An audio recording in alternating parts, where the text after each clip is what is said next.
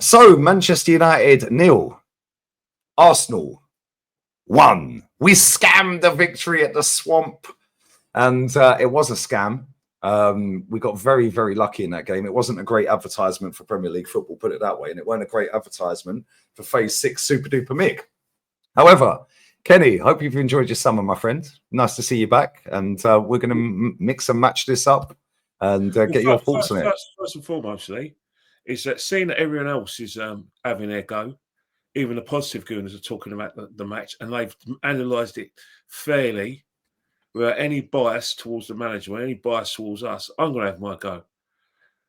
All I can say is thank God for David Raya, and thank God for the fact that Man United, although they looked a lot better, they didn't have a striker and they didn't get Donnarumma. Because if Donnarumma's in goal, that's a 0-0 all day long. If Sesko's fit, who knows? Because they were the better side. The positives are we scored a goal, a very fortuitous goal. We were lucky that the referee didn't take a close look at that incident in the box with Cunha and Saliba, because that could have gone either way. But I'm calling players out because, first and foremost, before I call players out, if anyone thinks that's an advert for us winning the league, they forget it. If they think that is laying down a marker to Man United, to Man City and Liverpool, you can absolutely forget it. Man City looked perfect. They looked back to their best against a very, very good Wolves side. All right, decimated by a few players, but they're still strong at home and they smashed them. Liverpool, despite the fact defensively they're very poor without Gravenberch, and obviously Kanate was 6s and 7s. They didn't have, God bless his soul, Jota to call on. They scored 4 goals against a very spirited Bournemouth side. Us, you can get it. Now let's talk about certain facts. Facts. Martinelli's finishing this team. It's over. You finish. Your time's up, mate. No more trying to fight back against him. No more of these typical people like who calling out, say, I love a bit of Martinelli. My good friend League Judges loves his Martinelli. African Gooner. SB goes on like I said, Deluded Gooner channel. Just stop it. Just stop gaslighting people and see it for what it is. That performance, despite the fact we won, is a straw that broke the camel's back. That's enough. I want him sold. I want him out of this team. Odegaard looks a bit sharp, setting off, usual Odegaard. Bukayo Saka, you guys call him world class. Don't you ever call that guy world class in front of me again, because that was not a world class performance at all. Now, it's only one game. But if you want to start calling him world class, I want 25 goals and 15 assists. I want the sort of performances that Gareth Bale produced in his last year in Spurs and his first few years at Madrid. That's world class. For him to be world class, I want Real Madrid knocking on that door. I want them kicking the door open. I'm not seeing that. That performance today was just non-existent. Bit similar to the stuff we saw in pre-season. Mendy got a lot to learn. You didn't have much of the ball. That's a great introduction to English football. Learn quickly, because that's going to be what it's going to be like. Calafiori, glad you took your goal. Second half, pathetic. And Bomo absolutely ruined you. The only thing Man United lucked was probably the cutting edge, and probably Bruno Fernandes was playing a bit too deep. But that was just awful. Benjamin White, there's a reason why I prefer Timber right back. I saw enough there. Saliba and Gabriel, just be careful. You're getting into dangerous territory, thinking your pace is going to get you out of trouble. I've seen a lot of centre-halves better than you guys who've done that, and that's been a downfall. I've seen that happen to Sol Campbell, where he started getting a bit careless. He thought his place was getting him out of trouble, and that was the last chance to do in his career. I saw that with Des Walker. Remember the song we sing? You never beat Des Walker? Well, Des Walker fell for that little trap that his pace would get him out of trouble. Don't go into that territory. We don't need that. We need our defence to be solid. Let's just get this one. Let's get something straight. We didn't win because of our defence. We won in spite of our defence, because you're very shaky.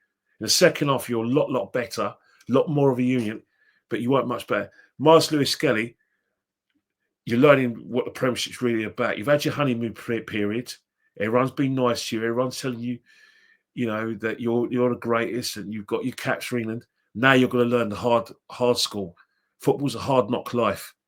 You can't be coming on and putting us on a back foot like that. I saw some of you in pre-season. I wasn't impressed. Declan Rice, if you're not fit, don't play. Because I'm sorry, mate, you're part of the problem. You're meant to be our beef in midfield, and I saw nothing of you. The only time I was good, well done with the corner. You know, good attempt at a free kick. Apart from that, and a few shots, you know, your left foot. Apart from that, where were you today? Where were you? Nowhere. You know, you're meant to be the creative. You're meant to be, you know, making runs and up top and leaving it to Zubimendi, but you did nothing. So you don't get away with that.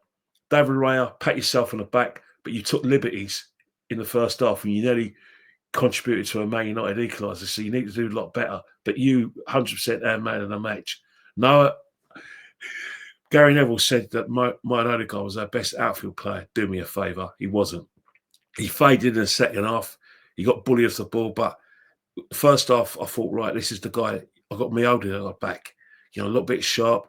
You know, like, you know, got into good positions. Second half, did what he had to do. The substitutes, Kai Havertz, believe it or not, you didn't do much, but you did more than you. But at least your teammates passed you the ball. Madueke learned pretty quickly that you've got to work in your defensive part of the game, because I saw a lot of times when Dalot was just walking past you. He wasn't even running past you. You're missing your tackles. You've got to do much better at Arsenal. We expect better. Now, Gyökeres, on to you, mate. Get fit. Get fit. I'm not going to blame you, not because I'm in a good mood. There's a contributing factor of why you didn't do what you're best at today. And the reason why you didn't do your best is because we didn't get the ball quickly enough to you. In fact, we didn't use you. I was screaming mad when Odegaard was in he's in the last third. First touch, and then you got Gyökeres. Get him early. And then he gives Gyökeres the ball when he's running away from goal. There was a pass that he did that was meant for Martinelli, and Martinelli just put the brakes on. So from what I saw today, there seems to be a lack of cohesion from how we're going to play, how we play. The defence lacks cohesion. The midfield was poor and non-existent, and the attack was as blunt as ever. But we still won. Only see the result as a positive, but you think that performance is going to win you the league, think again. If you think you're going to get away with that performance against any side of the Premiership, forget again. Because what's going to happen is that we're going to play teams that are sharp. We go and play like that at Anfield, we're getting mullered. Absolutely mullered. We play like that at home against Man City, and this time Man City has got their act together defensively and midfield-wise, and they've actually got forwards who actually can hurt teams, and they've got midfielders who control the game. We're getting mullered. We go to St James's Park, Isak or no Isak, we're getting mullered. We've got to improve drastically. We've got to cut these mistakes. Because we saw a lot of that against Spurs. We saw that against Valencia. We saw some of that against Newcastle, but we got away with it against Newcastle. But these are all pre-seasons. Don't bring your pre-season shit into the Premiership, because you keep on producing that shit. I promise you, it's going to end in tears. You're talking 12 points out of 18 games. Forget it. You'd be lucky if you get 9 playing like that. And we did get away with it today. Saliba should have given a penalty away. We didn't see a replay on DAZN España, so I'm assuming you didn't on Sky Sports. Well, on the handball Diallo one, the Diallo handball apparently, I didn't see a replay. The Saliba one was blatant penalty.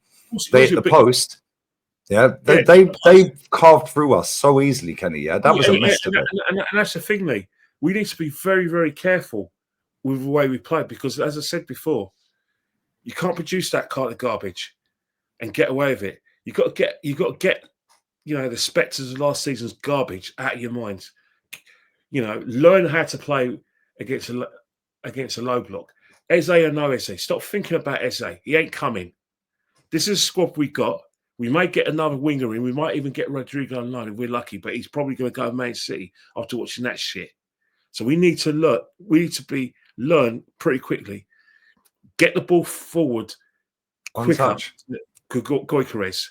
Bro, the amount of times he made runs today, Yeah, and we've Yeah. seen this with 29 making the runs as well. Yeah, over Yeah. the last 2 seasons. We hold the ball too long. Just release the player. Not only that, why weren't Max Downman on the bench today? Because Max Saka did nothing. Why didn't Ethan get a game? Oh, I'll tell you that. I'll tell you now. We've got overload in terms of our players, and there's going to be a seniority kind of like I said aspect to our bench and our start 11. Max Downman will not be getting many games purely down to a seniority level thing in order to keep his better players happy. He's not going to get a game over Martinelli, who will be returning the bench if I have anything to do with it. He will not be getting games over Trossard, and then it's probably a battle between him and Ethan, but Ethan is probably going to get the manager's eyes and ears because of what he's done last season. But the guy who's in really, really deep, deep trouble if he doesn't improve is Mars Lewis Skelly. There's a reason why you were sub today. And you showed me when you came on why you're a sub. A lot of things you're getting away with, you're not going to get away with it this season. Nope. If you're going to think you're going to get the ball in a half turn and then everything's going to be rosy and you're going to use your strength, forget it. You'll get robbed and you'll put us back in danger. And you'll give away free kicks and you'll have to commit fouls. Vary your game, mate. Vary your game. As for Bukayo Saka, it's not about Gyökeres. He's not going to be the one winning the league. It's down to you. You're the leader of this team. You're the most important attacker. You're the manager's go-to man. Up your game. Because if you don't up your game, I can't call you world class. If you don't up your game, we're going to do nothing next season. Absolute facts. On that bombshell, make sure you follow Kenny Ken 1972 on Instagram. We will be back again tomorrow for the podcast. Monday evening. It's back again. And Kenny, nice to have you back, man. Glad you've had a nice little chilled summer. It's nice to be back. It's nice to be back. But I'll tell you one thing right now. To everyone in the chat, and here am I. Should I wear a blonde wig tomorrow? Because I've been told, I've learned off season, if you're blonde, you can get away with anything. And I mean anything.